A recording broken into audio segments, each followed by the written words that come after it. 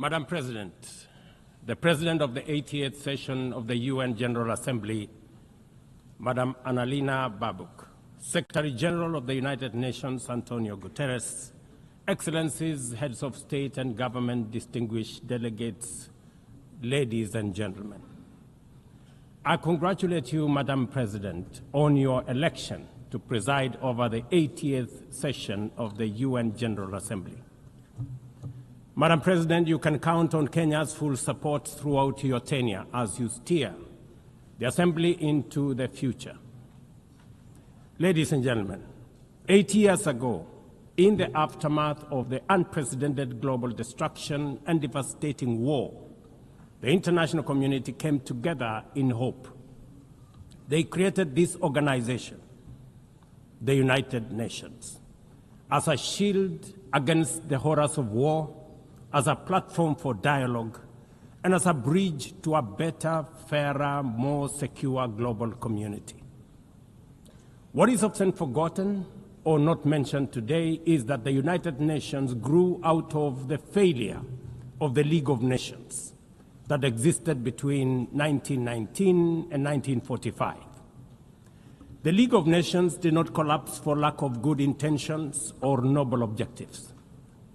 Formed at the end of the First World War and as part of the Treaty of Versailles, it was humanity's first attempt to build a permanent international organization to stop aggression and war and bring nations together. Its ambitions were to achieve collective global security, disarmament, peaceful dispute resolution, and cooperation on humanitarian and social issues. Despite these ideals, the League of Nations failed.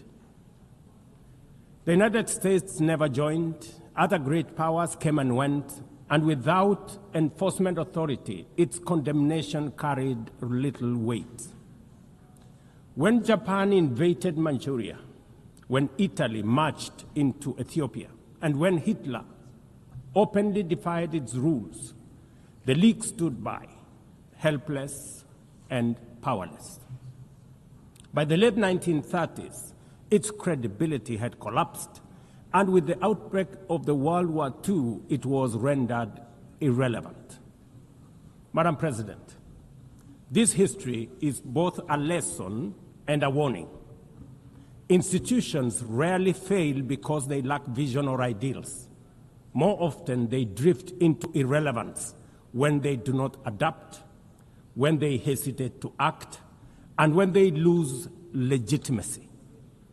To remain relevant, institutions must be reimagined, must be reformed, renewed, and aligned with emerging realities. 8 decades ago, the founders of the UN sought to correct the failures of the League of Nations by creating a stronger, more inclusive organization anchored in the principles of, and I quote, "We the people of the United Nations, determined to save succeeding generations from the scourge of war," end of quote. Today, we are gathered for the UN at 80. The question is unavoidable. Is the United Nations relevant to the demands of our time? Can it continue to serve humanity in the face of current realities? Or has it become a relic of a bygone era? Madam President, Excellencies, we meet against a grim global backdrop. Conflict rages in Eastern Europe, the Middle East, the Sahel, the Horn of Africa, and beyond. Climate disasters grow fiercer by the day. Inequality deepens, pandemics loom, and technological disruptions outpaces governance. Instead of trust, mistrust is spreading. Instead of solidarity, fragmentation is taking root.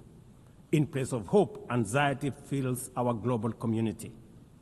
We are living, to borrow from the words of the founders of this institution, not in larger freedom, but in growing uncertainty. At this moment of turbulence, when we most need a strong United Nations, the organization faces its deepest crisis in credibility and capacity. Funding cuts have paralyzed its operations. Bureaucracy has slowed its response. The Security Council remains frozen in the post-war structures of 1945, unable to act inclusively, with fairness, and with speed. Ladies and gentlemen, I can, however, state with absolute conviction that the United Nations has been one of humanity's greatest achievements. For 8 decades, it has held back the specter of global war, calmed conflicts from Cambodia to Liberia, and stood guard in some of the world's most dangerous places through the courage of its peacemakers and peacekeepers. Few institutions in humanity's history can claim such a legacy. The United Nations has stood at the front lines of humanitarian crisis, from famine relief in the Horn of Africa to emergency shelter for millions of Syrian and Ukrainian refugees. It was at the forefront in the eradication of smallpox, coordinated global responses to HIV and AIDS, Ebola, and COVID-19, and continues to champion universal vaccination. Its agencies have advanced women's rights, protected children, safeguarded refugees, and set global norms on everything from disarmament to climate action. The UN Sustainable Development Goals remain a shared blueprint for human progress. These are achievements no nation could have achieved alone, however rich, however great, or however powerful. And yet, every institution, no matter how noble its origins or impactful its legacy, must adapt to changing times or slide into irrelevance. Today, the United Nations stands at a crossroads of renewal on one hand or decay on another. Put differently, after 80 years, the rhymes of time are calling on us to reimagine the original promise that inspired the founding of the United Nations, and that is the quest for global peace, development, and human rights. But this call must now be answered in a global context that is profoundly different from the post-war era in which the UN was conceived then. We would be denying the cold, hard truth if we say that the United Nations is delivering as it should. On peace and security, its voice is too often drowned by the rivalries of great powers, while some nations simply ignore its resolutions and do as they please. Too often, the UN's blue helmet, once a symbol of moral authority, no longer commands the same respect. From the conflicts in Gaza to Ukraine, to the crisis in Sudan, DRC Congo, Somalia, and the Sahel, we see actors proceed undeterred by the United Nations calls. Excellencies, ladies and gentlemen, Kenya speaks from the experience of a nation deeply invested in multilateralism. For decades, we have placed our troops and police in harm's way for peacekeeping missions across Africa and beyond, from Somalia to Democratic Republic of Congo, from South Sudan to most recently in our neighborhood here in Haiti. Over the past 15 months, we are proud to have led the multinational security support mission in Haiti, not because it has been easy, but because solidarity is the essence of the United Nations. Madam President, the mandate of the MSS mission is coming to an end in a few days. As the lead nation, allow me to briefly share our experiences, the successes and the challenges, as both a cautionary tale and a living lesson about the strengths and weaknesses of the current global security governance architecture. For far too long, the people of Haiti called out to the world. Too often, their pleas were met with silence, hesitation, or half measures. Haiti became a tragic reminder of what happens when the international community looks away, prevaricates, or offers half-hearted support. When Kenya responded to the quest for the Haitian authorities, it was in the belief that we were joining a genuinely multinational effort. We welcomed and fully embraced Resolution 2699, by which the United Nations Security Council authorized the MSS with Kenya as the lead nation. Drawing on our decades of peace support operations, we stepped forward, stepped up, and deployed our officers to confront the rampant menace of gang violence in Port-au-Prince and its environs. Madam President, ladies and gentlemen, the mission has operated in a volatile environment under enormous constraints. It has been underfunded, under-equipped, and operated below 40% of its authorized personnel strength. Our police officers have valiantly shouldered responsibilities without the full logistical support that would accompany any mission sanctioned by the United Nations. Despite these challenges, and against all odds, the MSS has delivered results many thought were impossible. The presidential palace, once under siege from gangs, is today restored as the seat of government. The police headquarters and the police training center, once overrun by gangs, are now secure, with the academy resuming the training of new police officers, over 700 of whom graduated a few months ago. Schools that have been shattered by violence have reopened, with children back in class, learning and progressing. Roads once manned or blocked by gangs have now free-flowing traffic. Cases of kidnapping and extortion have reduced sharply. The airport and the seaport, once surrounded by gangs, are now abuzz with normal operations. Which begs the question, if so much could be achieved with limited resources and stretched personnel within just 15 months, what more could have been accomplished if the United Nations fraternity had truly acted together in solidarity with the people of Haiti? From this podium, I wish to assure all partners and actors that with the right personnel, adequate resources, appropriate equipment, and necessary logistics, Haiti's security can be restored. Gangs can be neutralized and the safety of streets, schools, hospitals, and homes secured. The continued harassment, abductions, and criminal acts undermining the lives of Haitians are unacceptable, unjustifiable, and must be stopped by this organization, the United Nations. Madam President, as the UN Security Council deliberates on the next steps, we must not lose sight of the fact that the situation in Haiti demands sustained, coordinated, and undivided international attention. A careful and orderly transition from MSS is essential to consolidate the hard-won gains so far achieved. I urge the Security Council and all partners to remain steadfast in ensuring that Haiti moves forward on a path of peace, stability, and renewal.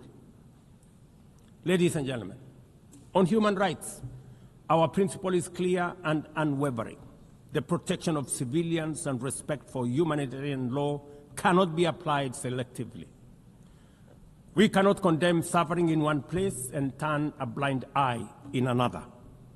Kenya is gravely concerned by the humanitarian catastrophe in Gaza and by the immense suffering of civilians caught in the devastation of disproportionate military operations. At the same time, we call for the unconditional release of Israeli hostages. In line with the African Union and United Nations resolutions, we also call for a permanent ceasefire, for strict adherence to international humanitarian law, and for the launch of a credible political process. Only through such a process can the vision of a two-state solution be realized, where Israel and Palestine live side by side in peace, security, and stability. Kenya is equally deeply troubled by the worsening humanitarian situation in Sudan, where innocent citizens are caught in the crossfire of a needless war. We fully endorse the Quad, comprising Egypt, Saudi Arabia, the United Arab Emirates, and the United States, in affirming that there cannot be a military solution and that only political dialogue offers a viable path forward. We join the Quad in urging all parties, including SAF, RSF, and the external actors, to respect Sudan's sovereignty, unity, and territorial integrity, and firmly reject any attempts to divide the country, reaffirming our unwavering support for a unified Sudan for the benefit of all its people.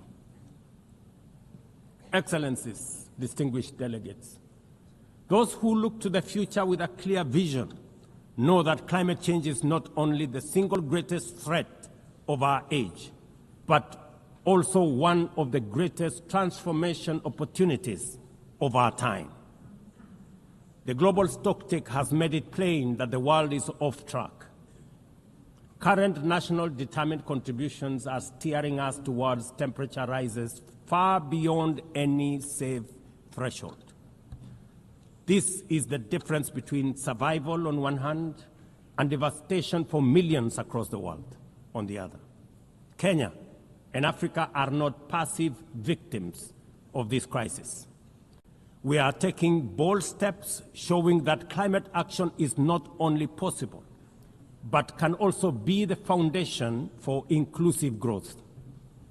We are building a climate-resilient society by embedding adaptation into every sector, from agriculture and energy to infrastructure and livelihoods, to sustainable mining and artificial intelligence. This ambition is visible on the ground. Today, 93% of Kenya's electricity comes from renewable sources: geothermal, wind, solar, and hydro. We are expanding investments in e-mobility, climate-smart agriculture, clean cooking solutions, and green manufacturing. We are also pioneering nature-compatible solutions such as sustainable waste management and circular economy interventions. Africa, too, is uniting its voice. In 2023, in Nairobi, we hosted the inaugural Africa Climate Summit, where the continent adopted the Nairobi Declaration on Climate Action and Call to Action. Just 2 weeks ago, in Addis Ababa, Africa came together once more at the second Africa Climate Summit to reaffirm our commitment and strengthen our ambition for climate-positive growth. We declared Africa not just as a victim of the crisis, but as a source of solutions, with climate action driving economic growth, transformation, and job creation for our communities. Ambition, ladies and gentlemen, cannot stand on willpower alone. Implementing our new NDCs will require $56 billion. That is why we call on the global community to unlock the $300 billion agreed at Baku, and to accelerate negotiations towards the new $1.3 trillion goal under the Baku-Belém roadmap. Without affordable finance and without reform of the international financial architecture, the promise of climate action in Africa will remain constrained. Madam President, in the aftermath of World War II, the Bretton Woods institutions were created to stabilize the global economy and rebuild war-torn Europe. At that time, their design reflected the power and interest of the victorious nations, who were also their primary shareholders and beneficiaries. The IMF was tasked with upholding the gold standard exchange rate system, while the World Bank was established to finance Europe's reconstruction. Both have since evolved into development finance institutions, but their structures, decision-making, and governance remains dominated by wealthy nations. Today, the global context is vastly different. The global standard collapsed 5 decades ago, and Europe has long since been rebuilt. Yet, the governance of these institutions has not kept pace with needs of a multipolar world, especially the needs of poor and developing nations. The mismatch between shareholders and stakeholders has become starkly visible. For instance, during the IMF's recent allocation of special drawing rights, 64% went to wealthy nations. Just imagine, 64%.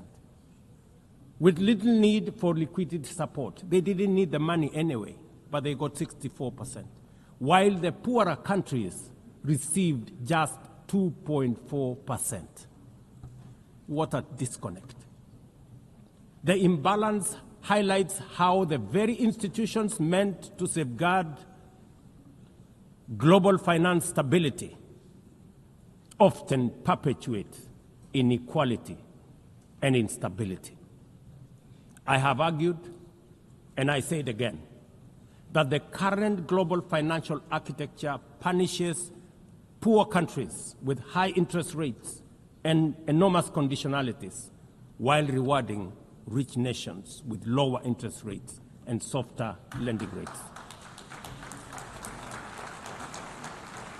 Its rules, priorities, and allocation mechanisms consistently favor those already prosperous, while trapping vulnerable economies in cycles of debt, high borrowing costs, and inadequate access to emergency support and concessional funding. It is imperative to transform these institutions into genuinely independent, apolitical global bodies that their operations are aligned with their global mandate. Such a shift would democratize decision-making, restore credibility, and allow the IMF and the World Bank to serve all countries fairly rather than reinforcing old hierarchies. But Africa is not merely waiting for external prescriptions. We are taking bold and deliberate steps to strengthen our financial independence, safeguard our stability, and accelerate our development. Kenya, for instance, fully endorses the establishment of the Alliance of African Multilateral Financial Institutions, launched with the Africa Union in February 2024. This alliance brings together our homegrown banks, Afrexim Bank, the Africa Finance Corporation, the Trade and Development Bank, Shelter Africa Re, Africa Development Bank, Africa Trade and Investment Development Insurance, and ZEPRI, institutions that embody Africa's determination to mobilize resources, finance trade, and build resilience on our own terms. At the same time, the Africa Union is championing 3 transformative institutions: the Africa Central Bank, which will issue a single currency and free our trade from dependence on foreign money; the Africa Monetary Fund, positioned to stabilize our economies and give us true financial sovereignty; and the Africa Investment Bank, designed to mobilize resources for infrastructure, industrialization, and integration that Africa needs to rise. And to complete this vision, the Africa Credit Rating Agency, one that understands our realities, values our uniqueness, and tells our story with fairness and truth, has already been established. Excellencies, as we mark the 80th anniversary of the United Nations, Africa also marks 20 years since the Ezulwini Consensus and the Sirte Declaration, the 2 historic milestones that establishes the common African position on UN Security Council reforms. For 2 decades, Africa has spoken in one voice, demanding justice, equity, and representation in the highest organ of global governance. This demand, however, continues to be ignored, deferred, or endlessly debated to the detriment of both Africa and the legitimacy of the United Nations itself. You cannot claim to be the United Nations while disregarding the voice of 54 nations. It is not possible. Africa is no longer willing to wait on the margins of global governance while decisions about peace, security, and development are made without our understanding, without our perspectives, and without our voice. Africa's exclusion is not only unacceptable, unfair, and grossly unjust, it also undermines the very credibility of the United Nations, this organization. Africa dominates most of the Security Council agenda, provides some of the largest contingents of UN peacekeeping forces, and bears the heaviest costs of instability. Yet we remain the only continent without a permanent seat at the main table where decisions about our destiny are made. Africa deserves, ladies and gentlemen, at the very least, 2 permanent seats with full rights, including the right to veto, and 2 additional non-permanent seats on the United Nations Security Council. The world must understand that reforming the Security Council is not a favor to Africa or to anybody. It is a necessity for the United Nations' own survival. If the United Nations is to remain relevant in this century, it must reflect today's realities, not the post-war power arrangements of 1945. Madam President, despite the stated and evident weaknesses of the United Nations, it still remains humanity's best chance at global solidarity. No other institution has the universal legitimacy or convening power of the UN.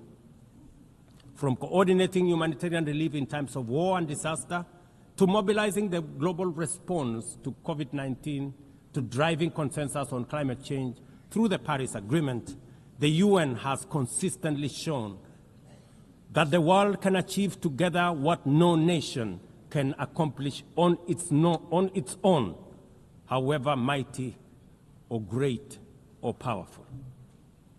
As Doug Hammarskjöld, the UN's second Secretary General, once observed, and I quote, "The United Nations was not created to take humanity to heaven, but to save it from hell."